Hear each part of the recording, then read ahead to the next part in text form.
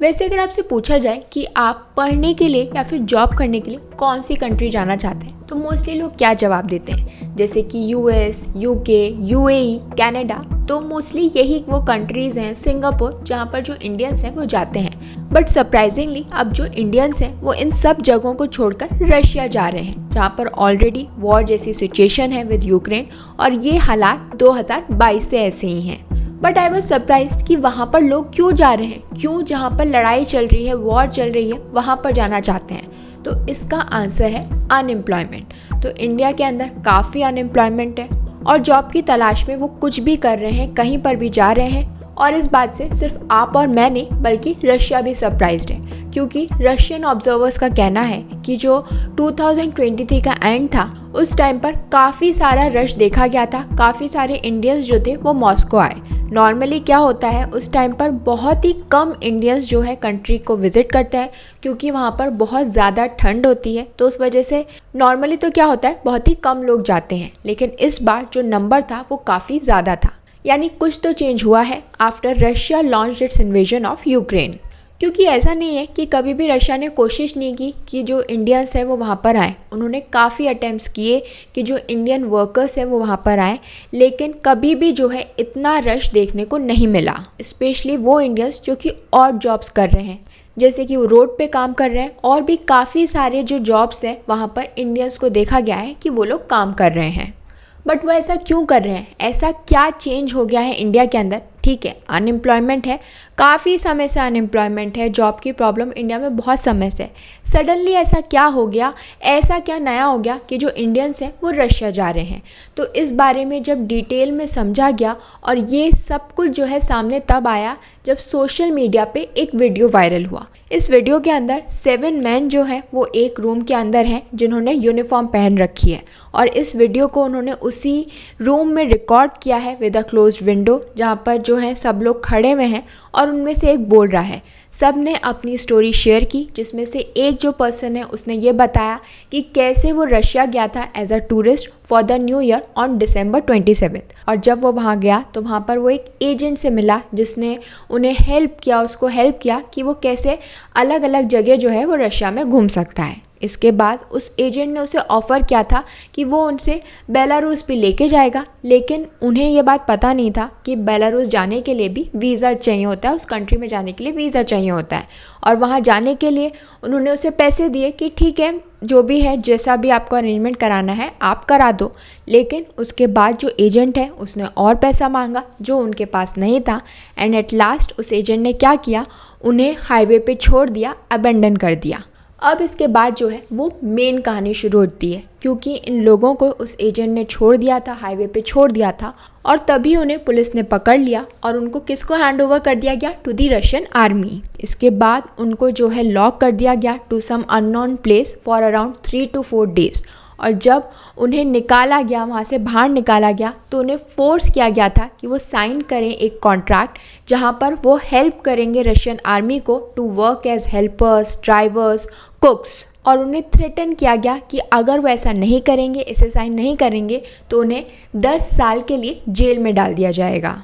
और ये जो कॉन्ट्रैक्ट था जो उनसे साइन करवाया गया है वो उनकी लैंग्वेज में था, तो इसीलिए वो ये बात नहीं समझ पाए कि उसमें एक्चुअली में क्या लिखा है। जो उन्होंने बताया उसे उन्होंने बिलीव कर लिया, और इसके बाद उन्हें एनरोल किया गया था इन अ ट्रेनिंग सेंटर, जहाँ पे उन्हें धीरे धीरे रियलाइज़ हुआ कि उनके साथ चीटिंग हुई है।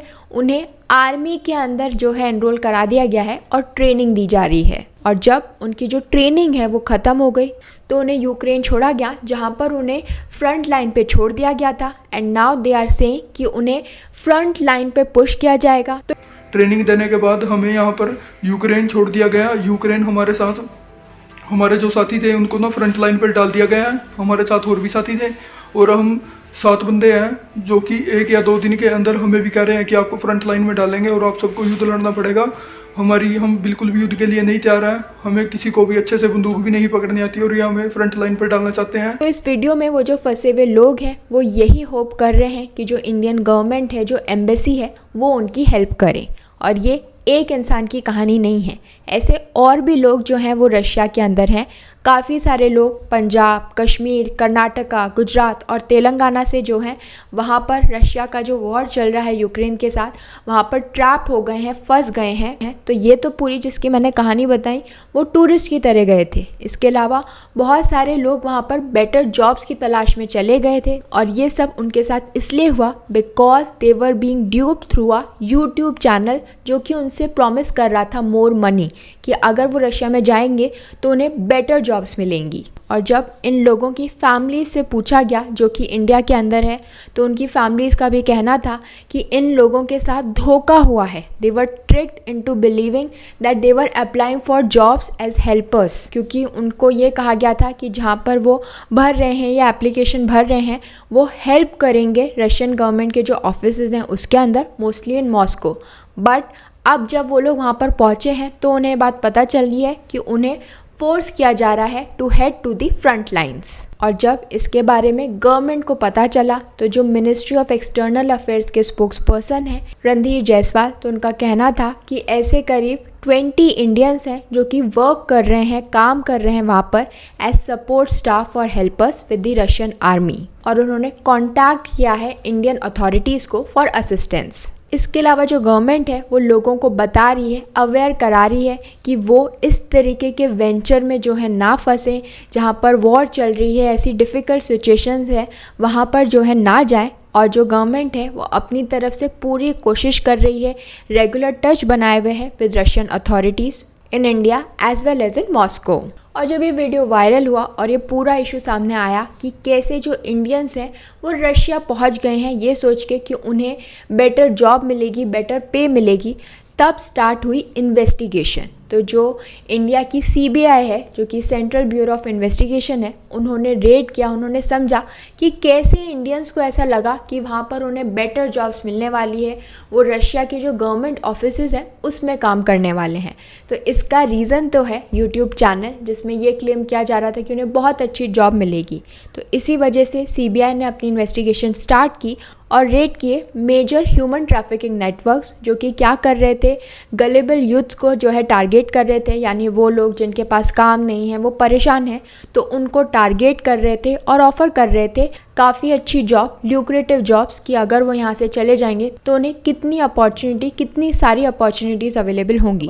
तो इसी वजह से 1000 आर्मी अभी यहाँ पर मारामारी वॉर वगैरह कुछ नहीं चल रहा है, वो बहुत बॉर्डर के लोग अंदर चले गए, यूक्रेन का भी कुछ हिस्सा लोग ने ले लिए, तो वहाँ पर अभी आर्मी इनकी वहाँ चले गई। तो सीधी बात है, पीछे इनको चाहिए कि कुछ लोग हो जो यही सारी चीज़ों को संभाले, चीज़ों को ध्यान रखे, उनको मैन पावर की ज़रूरत पड़ रही है। तो ये चीज़ को कौन हैंडल करेगा, ये चीज़ को हैंडल करेगी तुम लोग ऐसे। और इसी के चलते जो सीबीआई है उन्होंने आइडेंटिफाई किए हैं ऐसे 35 इंस्टेंसेस जहां पर जो इंडियन सिटीजन्स हैं उन्हें बाहर भेजा गया था as a result of this operations.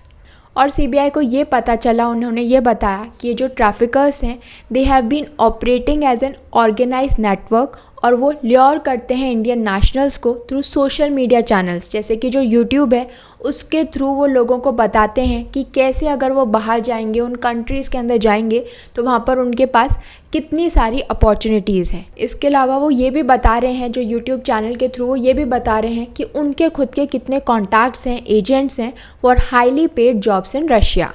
तो इस तरीके से क्या होता है, जो इंडियन सिटीजन्स हैं वो ये सोचते हैं कि ये हमारी हेल्प करेंगे, कि हमें काम मिल जाएगा, हमें अच्छी जॉब मिल जाएगी, और उन्हीं की बातों में आके जो है वो इस रिक्रूटमेंट के प्रोसेस में आ जाते हैं। अब जब इन इंडियंस का रिक्रूटमेंट हो जाता है, जो इंडियन नेशनल्स हैं उनका रिक्रूटमेंट हो जाता है और वो वहाँ पहुँच जाते हैं, रशिया में पहुँच जाते हैं, तो उसके बाद क्या होता है उनके साथ, उन्हें ट्रेन किया जाता है और इसके बाद डिप्लॉय किया जाता है at front basis in Russia Ukraine war zone against their wishes. और इसके साथ साथ उनकी जो जान है उसको भी खतरा होता है। तो उन्हें जब वो इंडिया से जा रहे होते हैं तो ये पता नहीं होता कि वो कहाँ जा रहे हैं, किस काम के लिए वो साइन अप कर रहे हैं, और वहीं जाके उन्हें ये हकीकत जो है, उन्हें ये सब कुछ पता चलता है। बट अगेन कोर प्रॉब्लम ये नहीं है। हाँ, ये प्रॉब्लम है कि कैसे जो है ये एजेंट्स, ये जो यूट्यूब चैनल्स हैं वो लोगों को, इंडियन सिटीजन्स को इस तरीके से बाहर भेज रहे हैं, ये प्रॉब्लम है। बट क्यों जो इंडियन सिटीजन्स हैं वो उनकी बात मान रहे हैं, क्यों वो उनकी बातों में आ जाते हैं कि हमें बहुत अच्छी जॉब मिलेगी बाहर, हम अगर इंडिया से बाहर निकल जाएं? तो इसका रीज़न है इंडिया का अनएम्प्लॉयमेंट। इंडिया के अंदर जो अनएम्प्लॉयमेंट रेट है it has climb to 8% in February 2024। दो जनवरी के अंदर ये देखा गया था कि बहुत कम हो गई है अनएम्प्लॉयमेंट रेट, लेकिन फरवरी के अंदर वो वापस से बढ़ गई है according to the Centre for Monitoring Indian Economy. तो इसी अनएम्प्लॉयमेंट की वजह से जो इंडियंस हैं वो रशिया पहुंच गए, वहाँ पर चले गए ये सोच के कि उन्हें हाई पेइंग जॉब्स मिल जाएगी, और जब वो वहाँ गए तो उनके साथ धोखा हुआ।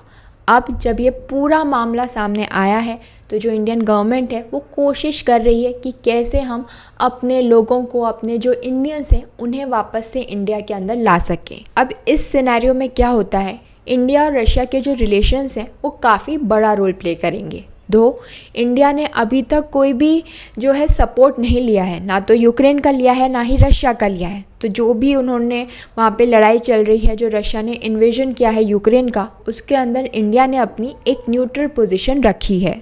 तो इसी वजह से इन दोनों ही कंट्रीज़ के बीच के जो रिलेशंस हैं वो काफ़ी अच्छे हैं। तो हम होप कर सकते हैं कि शायद जो रशिया है वो हमारे लोगों को, हमारे इंडियंस को जो है वापस से इंडिया भेज दें।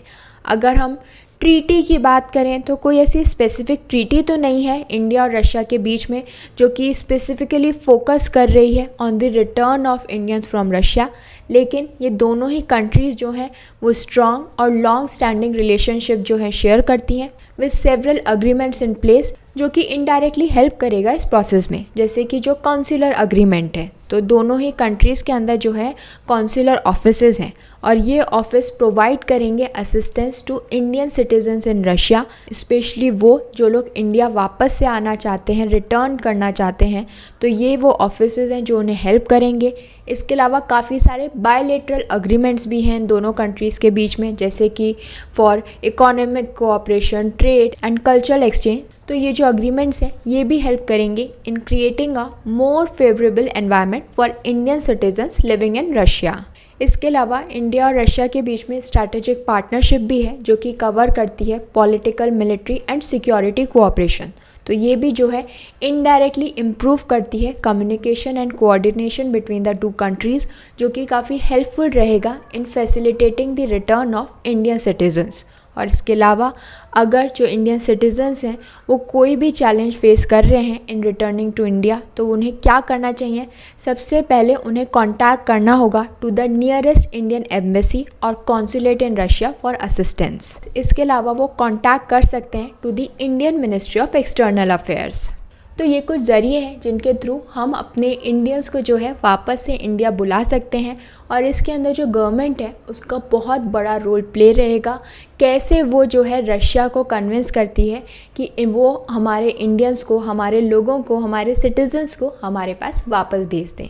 So this was all about कि कैसे जो यूथ है, इंडिया का यूथ है, वो रशिया के अंदर गया, कैसे उनको जो है मैनिपुलेट किया गया through YouTube channels, through social media, और उस वजह से वो वहाँ जाके रशिया के अंदर जाके अब फंस गए हैं और वो कोशिश कर रहे हैं, हेल्प मांग रहे हैं कि कैसे भी करके जो इंडिया है, जो इंडियन गवर्नमेंट है, वो उन्हें वहाँ से निकाल कर वापस इंडिया बुला ले। सो लेट्स सी कि इस पूरे केस के अंदर क्या होता है, कैसे वो लोग जो हैं वापस इंडिया आ पाएंगे। ऑलरेडी कुछ की डेथ हो गई है, कुछ को काफ़ी इंजरी हुई है, तो अब कैसे वो इस वॉर लाइक सिचुएशन से, उस वॉर के अंदर से निकल के वापस आ पाते हैं। तो आपका इस पूरी सिचुएशन के बारे में क्या मानना है, हमें कमेंट बॉक्स में बताइए, और ऐसी और भी इंटरेस्टिंग इन्फॉर्मेशन के लिए हमारे चैनल को लाइक, शेयर एंड सब्सक्राइब करें। Thank you.